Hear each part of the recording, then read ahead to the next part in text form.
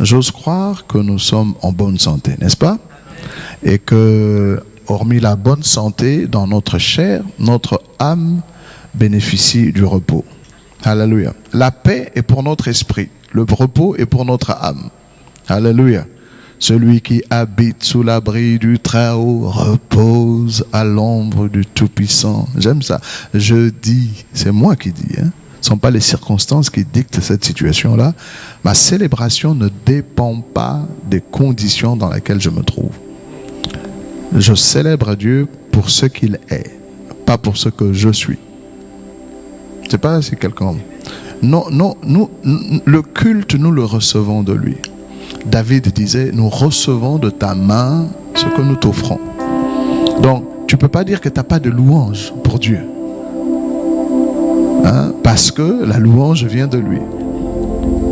Donc, il est bon, il faut parvenir à un endroit où il n'y a ni mots, ni prière.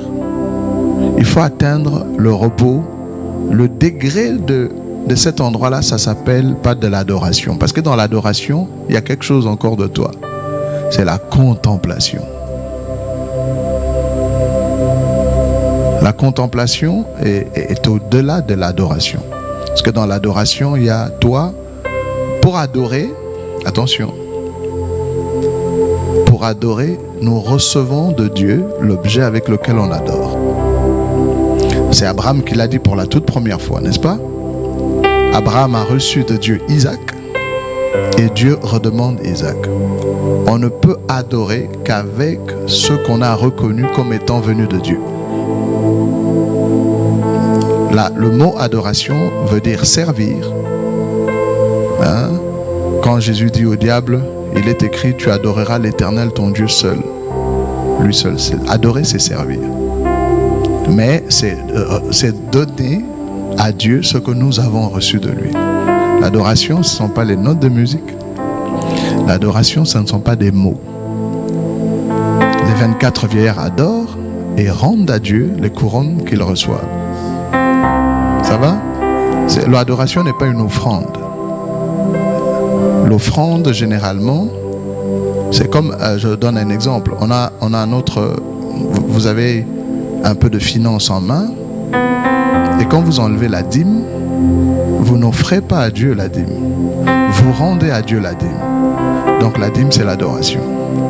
Parce que vous reconnaissez que ce que je suis, le travail que j'ai pu faire, j'ai reçu de Dieu. Dans mes narines, c'est son souffle de vie.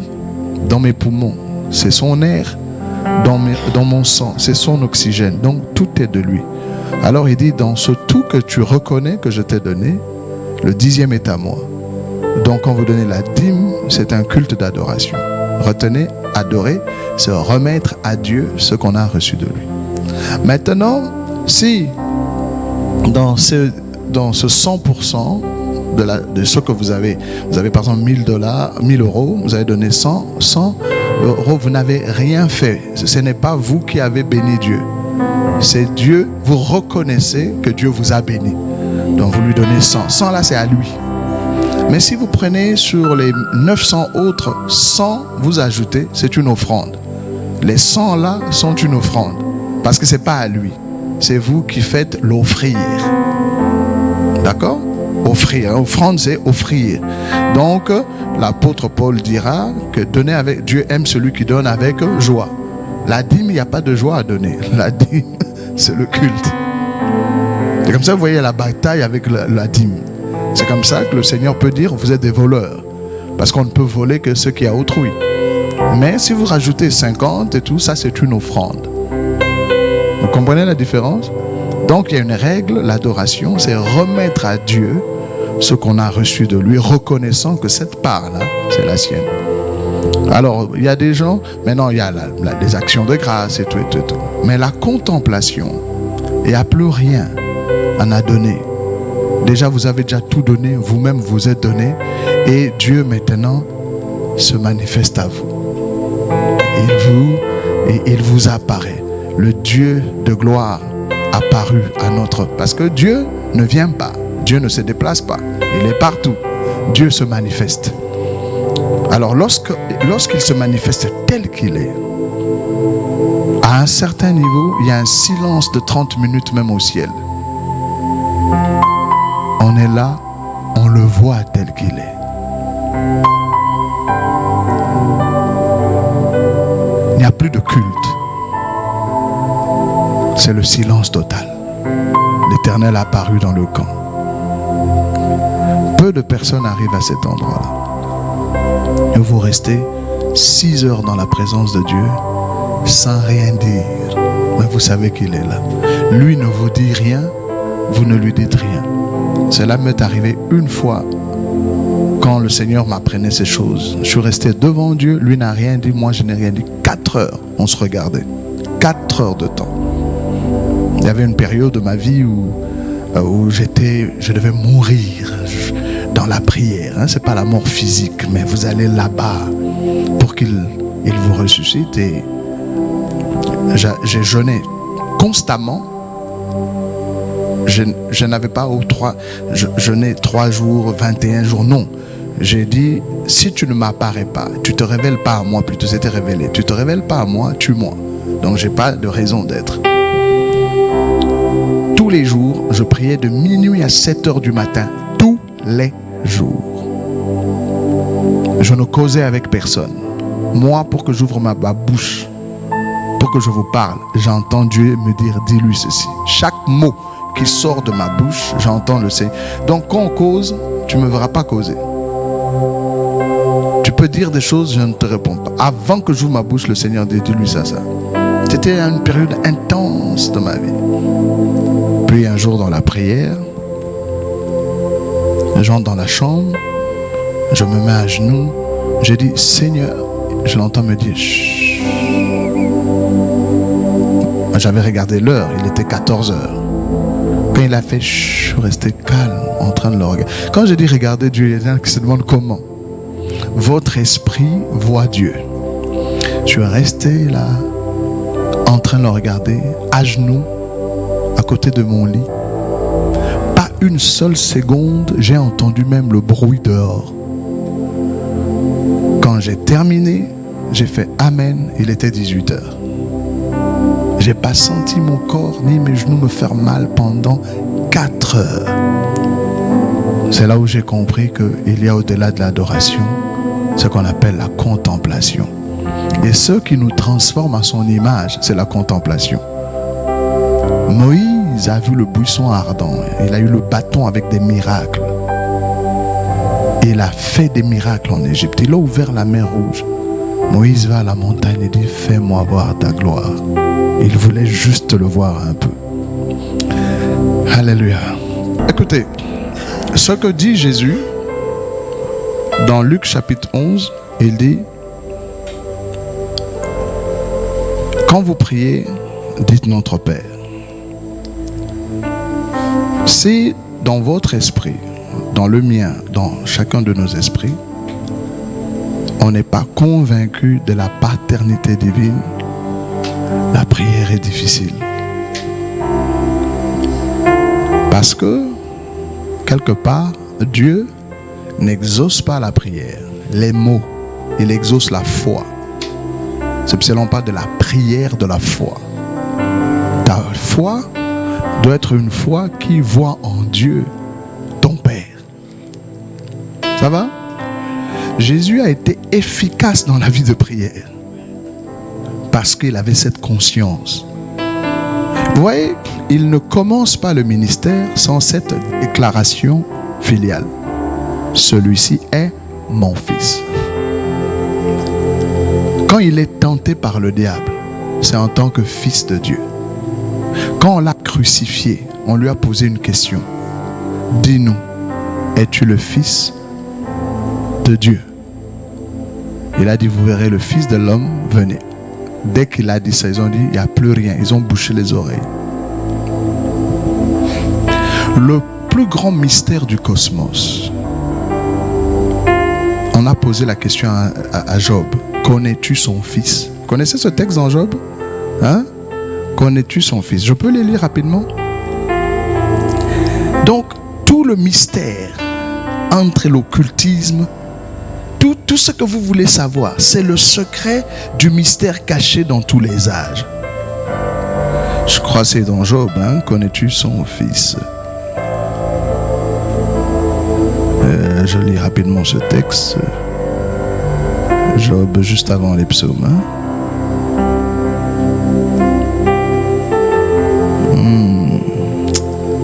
Je ne le trouve pas. Il est posé cette question-là. Connais-tu son fils? Bon, je laisse comme ça. Comprenez le mystère de la foi. À ceux qui l'ont reçu, si vous avez reçu Jésus, à tous ceux qui l'ont reçu, à ceux qui croient en son nom, elle a donné le pouvoir de devenir enfant de Dieu. La foi chrétienne, ce n'est pas croire en Dieu comme les démons croient. Les démons croient et ils ont peur de Dieu. Tu crois qu'il y a un seul Dieu, tu fais bien.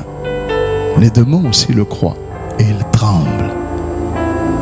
S'il y a encore de la crainte dans ton esprit, peut-être que Dieu ne va pas m'exaucer parce que j'ai fait ça. Dieu ne t'exauce pas parce que toi tu es bien. Dieu t'exauce parce que lui il est bon. Au fait, en réalité, quand vous lisez la Bible, Dieu s'exauce lui-même dans nos vies. C'est comme ça que David a compris que ce que nous t'offrons nous vient de toi. Donc tu nous donnes des choses pour que nous puissions avoir un culte. Lorsque Israël offrait des chèvres, des moutons et tout ça, ça ne plaisait pas à Dieu. Ils étaient bénis en crédit. Le peuple d'Israël était béni en crédit. C'est Jésus qui est venu payer la facture. Vous avez déjà été au restaurant? Il y a deux formes de restaurant. On paye avant d'aller au buffet, ou on mange et la note vient après. Ça va? Et Dieu a mis les deux formes de manger. Israël mangeait avant d'avoir payé, parce que Jésus allait venir payer la facture. Et nous mangeons du buffet. Mangez comme vous voulez. C'est pas à la carte. Est-ce que quelqu'un comprend cela? Christ est notre buffet. Il est placé là, c'est gratuit. C'est comme ça qu'il y a un texte dans l'écriture qui dit: venez manger, venez acheter sans argent. Si vous n'avez pas compris le mystère de la gratuité divine en le Christ, pour nous, parce que Christ a déjà payé, vous n'aurez pas de repos. Vous aurez une intercession. Il y en a qui prient même sans croire que Dieu va exaucer. Mais ils prient religieusement. Hein? On a fait le devoir de la prière. Le Seigneur préfère que tu te taises au lieu de venir à lui sans la foi. Pourquoi? Parce que la Bible dit: sans la foi, nul ne peut être agréable à Dieu. Il n'y a pas pire que l'invoquer et tu sais qu'il ne va pas exaucer. Toi, tu le sais. Mais tu pries quand même. C'est ce qu'on appelle de la religion. Donc pour toi, Dieu est devenu comme un bois sculpté, de la pierre taillée, du métal fondu. Tu n'y crois même pas. Ça énerve Dieu. Parce que la grâce a rendu Dieu accessible. Alors on dit que celui qui s'approche de Dieu croit qu'il existe et qu'il est le rémunérateur de ceux qui le cherchent. Il n'y a pas pire que venir à l'église sans la foi. Et on a des gens qui viennent à l'église sans la foi. Ils sont venus parce qu'on les a invités. Ils sont venus parce que ils sont fatigués. On peut venir à Dieu sans la foi. Vous savez cela? On peut venir à Dieu, mais on n'a pas la foi. C'est comme ça que Dieu dit: sans la foi, on ne peut pas lui être agréable. Ce n'est pas de loin. On dit que celui qui s'approche de Dieu, lisons ce texte, que celui qui croit que Dieu existe et qu'il est le rémunérateur. Les lecteurs de la Bible, c'est Hébreu ça? Hébreu 11, chapitre 11, verset 6, c'est ça? Donc avant de prier, on devrait passer plus de temps dans la foi, généralement. Toi-même, avant de prier, parce que c'est ce qu'on appelle avant de prier, commence par dire: Père, tu as la conscience, alors tu pries. Alléluia. Hébreu, chapitre 11, verset 6, c'est ça? Or, sans la foi, il est un... Vous avez entendu ça? Et pourtant on dit en Dieu, il n'y a pas de choses impossibles. Mais là, ça c'est des choses impossibles. Rien n'est impossible à Dieu. Tout est possible à celui qui croit. Et c'est impossible à celui qui ne croit pas. Donc si tu vois des choses ne pas se manifester, ce n'est jamais la faute de Dieu. C'est que toi-même, quelque part, tu n'as pas encore atteint le niveau de la foi. Alors va, arme-toi comme la femme à la perte de sang. Dis en toi-même, si je puis toucher, si je vais à ce culte, si j'écoute cette parole. Écoutez, ne venez pas à l'église attendre la prédication. Attendre, pas entendre, j'ai dit attendre. Vous-même, vous devez préparer le culte à la maison. Seigneur, demain c'est dimanche. Seigneur, quand je serai à l'église là, Seigneur, tu t'arranges à ce que dans la bouche de ton serviteur un oracle sorte pour moi. Malheureusement, nous venons non déterminés. Hein? Et puis on arrive là-bas, non, j'ai pas aimé le culte. Non, si tu l'avais préparé, ce sera bon pour toi. Oh, quelqu'un a compris ce que nous dit. L'Écriture dit, Hébreux 11:6, je lis pour nous. Je vais lire plusieurs traductions. Or, sans la foi, il est impossible de lui être agréable. Car il faut, vous entendez, falloir, il faut que celui qui fait un rapprochement. S'approcher, ça sous-entend qu'on était loin. Et on est en mode approche. On n'a pas dit celui qui est dans la présence de Dieu. Celui qui s'approche. Nous sommes loin. Donc, un peu plus de fois, nous venons.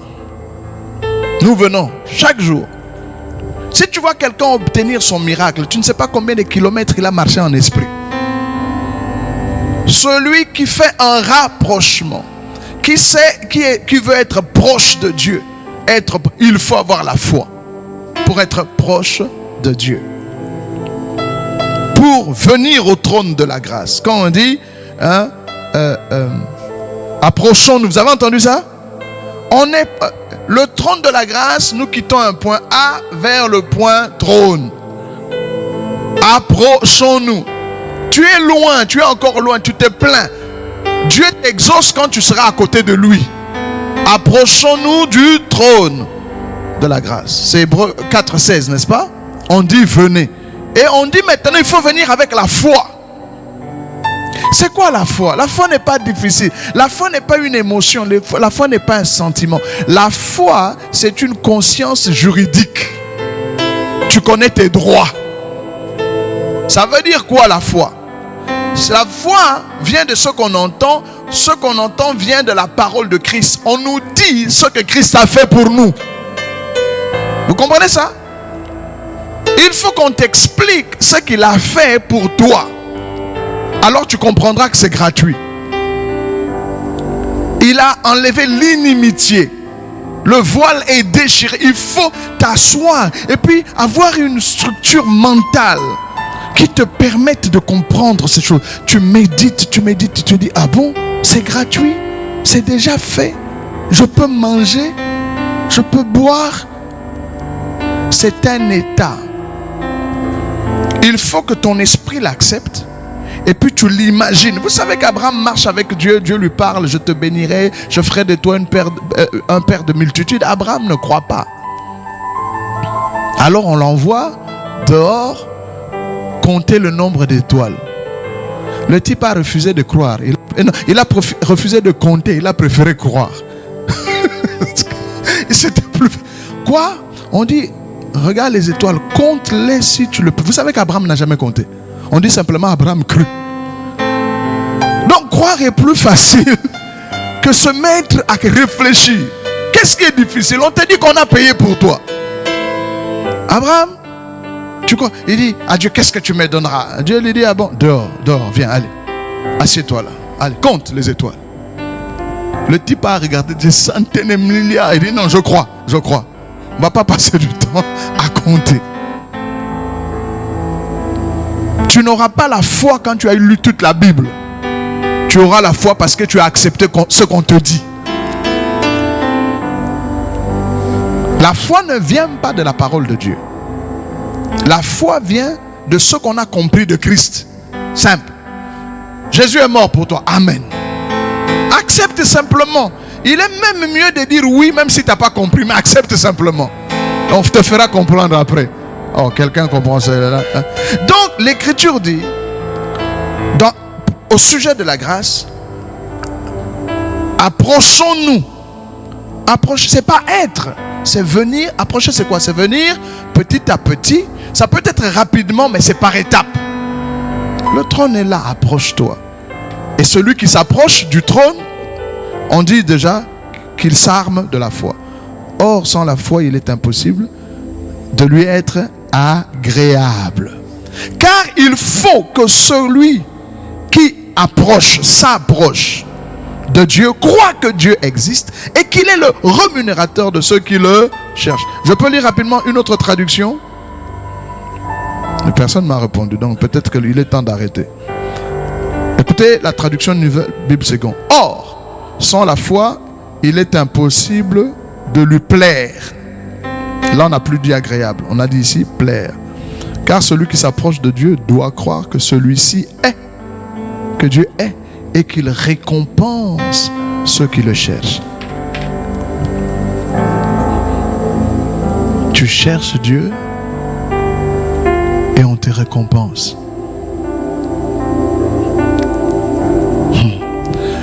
Écoutez une autre traduction. Ça, en fait, j'ai ce saillement, c'est parce que j'ai vu quelque chose dans mon esprit. Or, il est impossible de lui être agréable sans la foi, car il faut que celui qui s'approche de Dieu croit que Dieu est. Et qu'il est... Bon, ça c'est presque la même chose. Je prends parole de vie. Personne ne peut plaire à Dieu s'il ne croit pas. C'est un peu plus clair, n'est-ce pas? Personne ne peut plaire.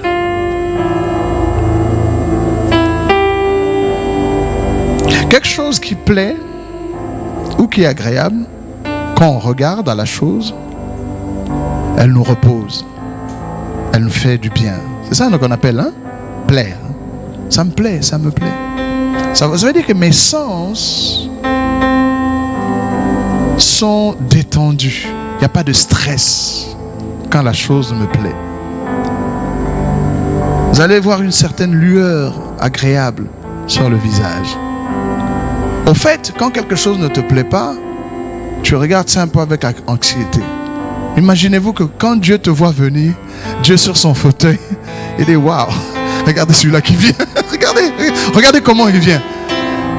Dieu tu lui es agréable, tu lui plais. Et vous savez, pour toute chose qui nous produit de l'anxiété, quand vous voyez quelque chose de mauvais venir, si vous avez quelqu'un proche de vous, vous le regardez. S'il voit la même terreur qui arrive, vrai ou faux? C'est la même chose pour la chose de fois agréable. Quand une chose agréable vient, deux fois tu ne regardes pas au voisin, mais toi tu es déjà pris dans le piège. Mais Dieu a son prochain là. Donc quand tu es en train d'arriver, le Père et le Fils se regardent. Aucun ange ne se tient sur votre chemin. Quand on a perdu la foi, il y avait 2 chérubins qui gardaient l'accès.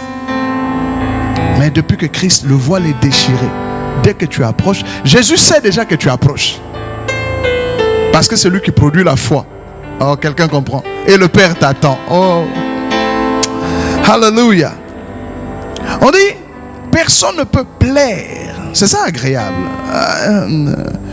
À Dieu s'il ne croit pas. Celui qui fait un rapprochement, celui qui s'approche de Dieu doit croire. Tu dois. En anglais on dit you must. Il faut. Doit croire ceci. Ça c'est cette traduction.